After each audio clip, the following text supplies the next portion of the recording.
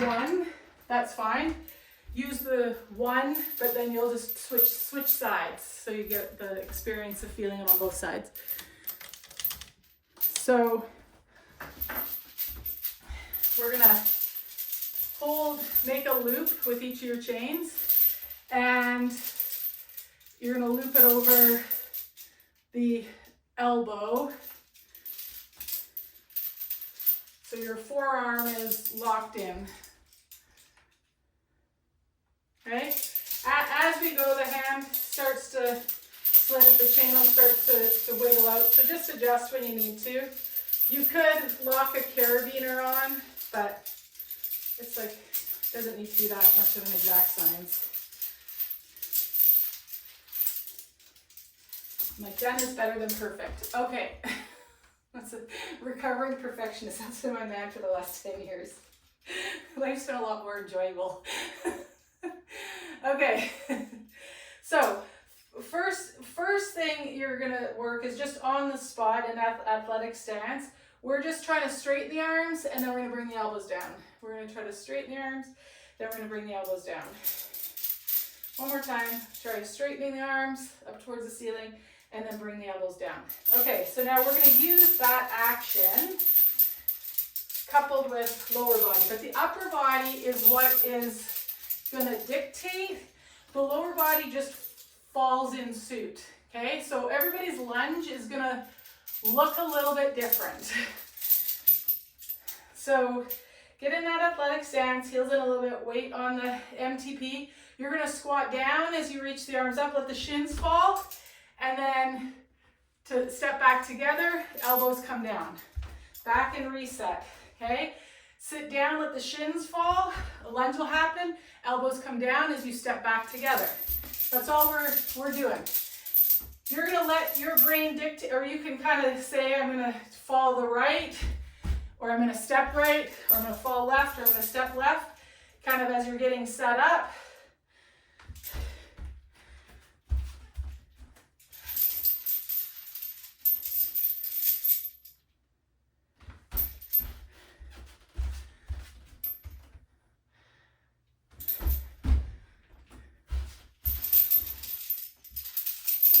It's about letting that upper body dictate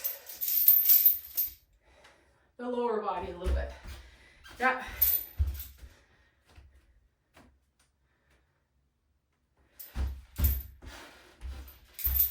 So when you're on your twist side or compress side or your down leg for these next few, take your up leg and set it back as far back as you can to start. As you reach and you compress down, and then the up leg, it just stays back there until it comes forward of its own accord. We're not trying to step it forward. We're working our down leg to get the up leg to do something. Okay, but it's got to start back behind us as we reach up and fall that. And you should find you get like 1-2 steps possibly out of it.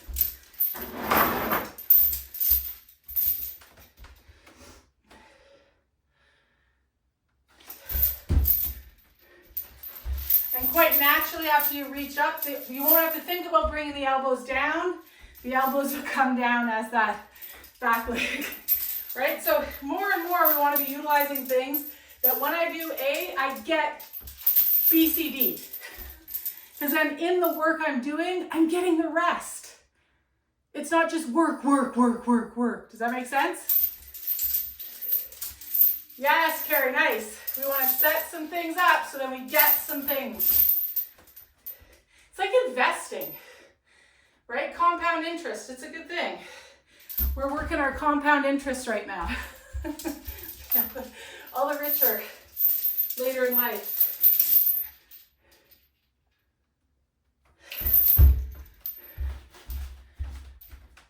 Okay, good. One more.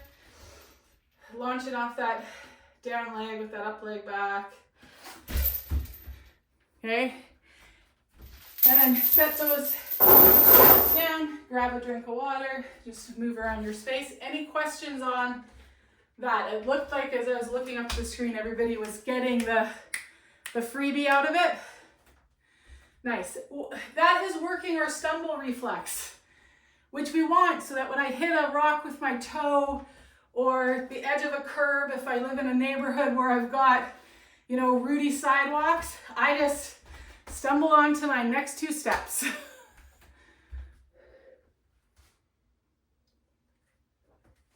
Okay. Okay, so we're gonna finish having kind of worked and felt, okay, if I go up it, like unweights the legs, now we're gonna work it a little bit differently where it's about the down action helping put input into the legs so I get a jump out of it, okay? So it becomes about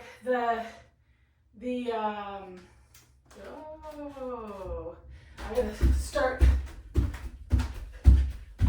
you get the reach down and the legs come up. So I'm not going up to lift the legs up, I'm going down to have the legs come up. And the down doesn't necessarily need to be much arm, it can be shoulder blade and collarbone. Think shoulder blade, and it's down and in kind of, like flapping your shoulder blades like wings, and the collarbone's down more than a big arm.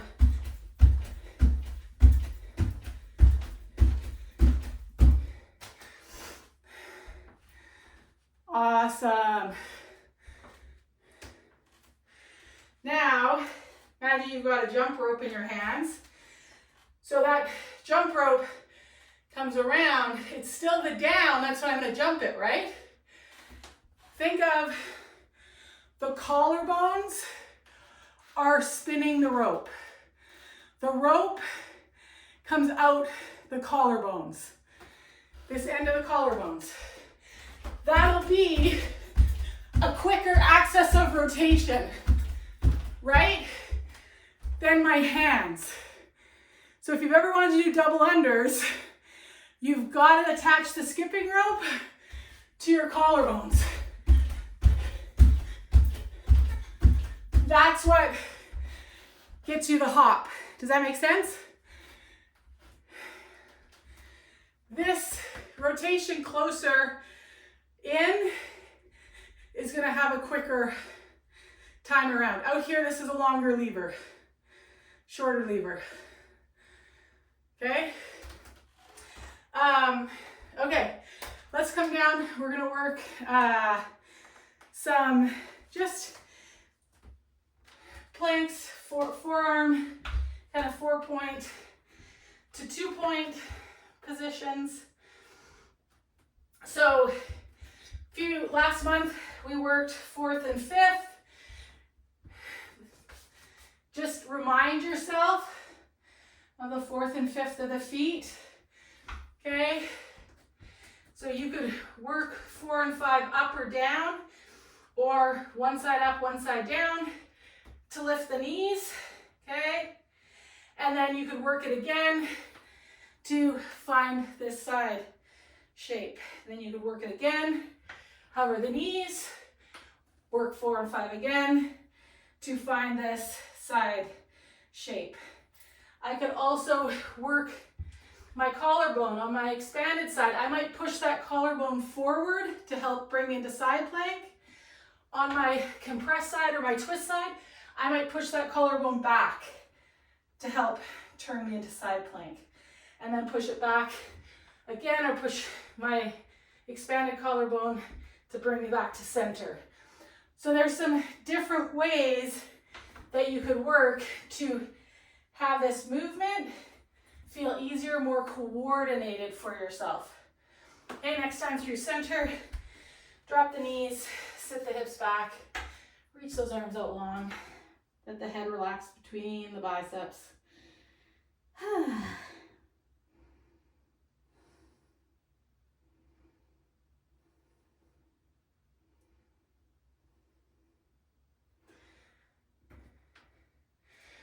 So come on back up. We're gonna go through just that like hovering knees side plank one more time.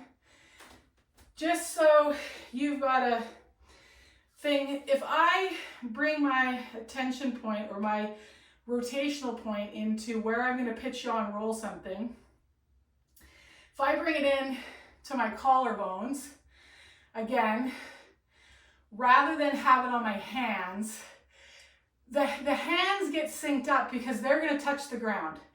But the brain has a lily pad to jump off of to do that, right? So that's why you might pay attention to the collarbones more than worrying about your hands initially, right? And then your brain knows, and it doesn't take much movement here to go out here, and vice versa.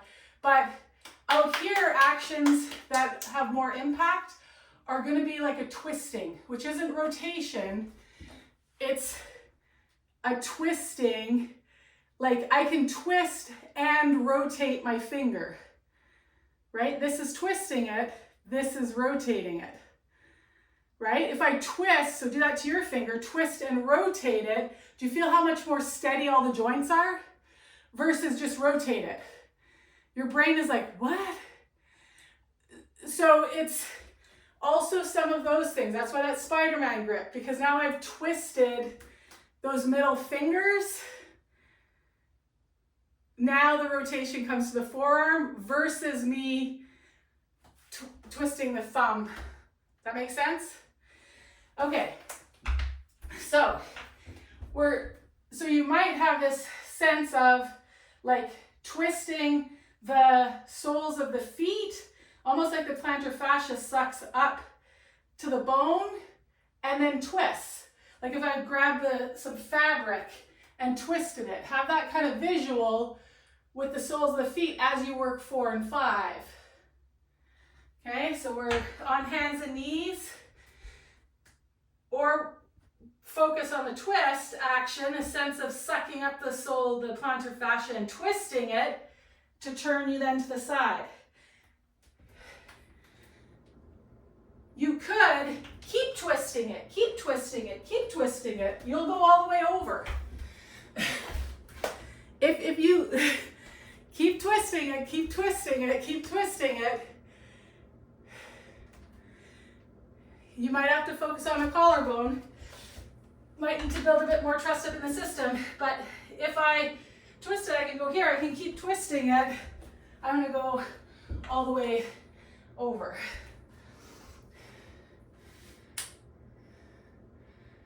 Yeah, keep twisting it. But sometimes it's our brain gets in the way because I think, oh, my shape has to stay the same. Your shape has to change for you to get from A to B to C. Keep twisting it, keep twisting. Think of that sole of the plantar fascia. Twist it, twist it, twist it. Feet are still going to have to move. Okay, I'm going to twist it, twist it, twist it to come back. But it's a sense of get sucking up and twisting. Okay, so that's something you can play with while you're down on the floor folding laundry or playing with dogs or cats or grandkids or kids or cleaning up dust bunnies from cats. That's what I'll be doing down on the floor. Mostly with my pants. I realize now these days I leave the house, I'm like, oh my Lord, like wearing fur pants. Okay, come on down onto the floor.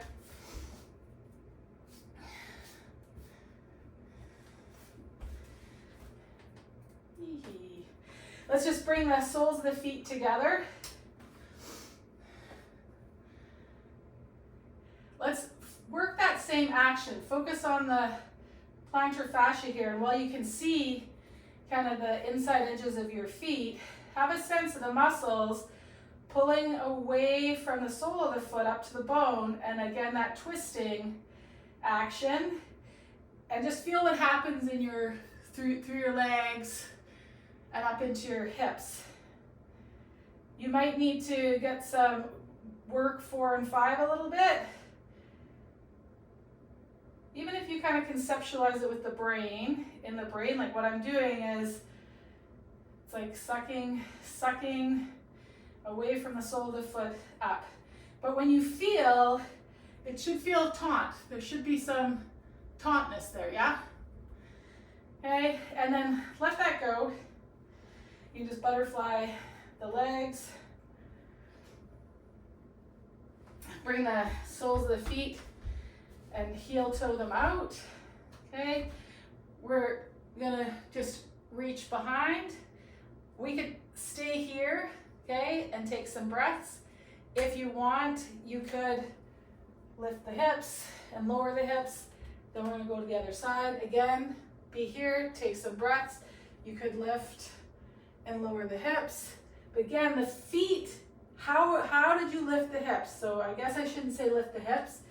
You can reach behind, plant a hand, then roll 4 and 5 on the leg you're closest to, down or up.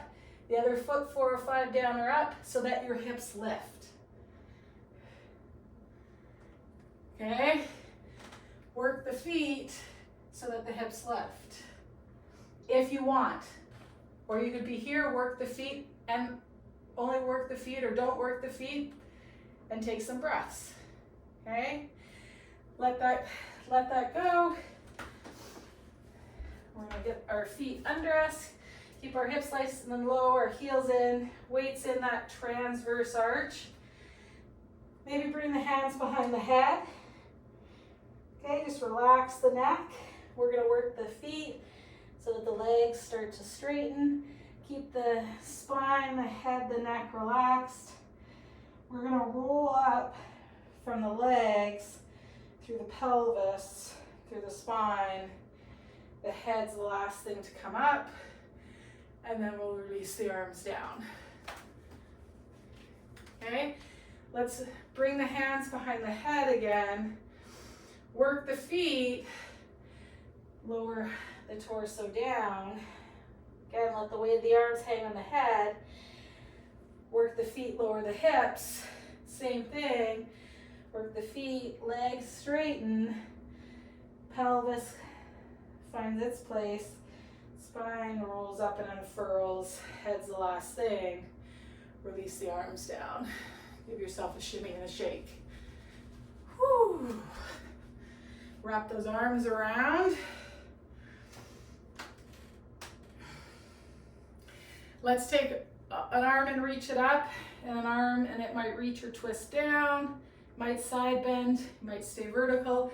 Other way, reach under, twist. Again, wrap those arms around, tight squeeze, pat on the back. Awesome, awesome work today, everybody.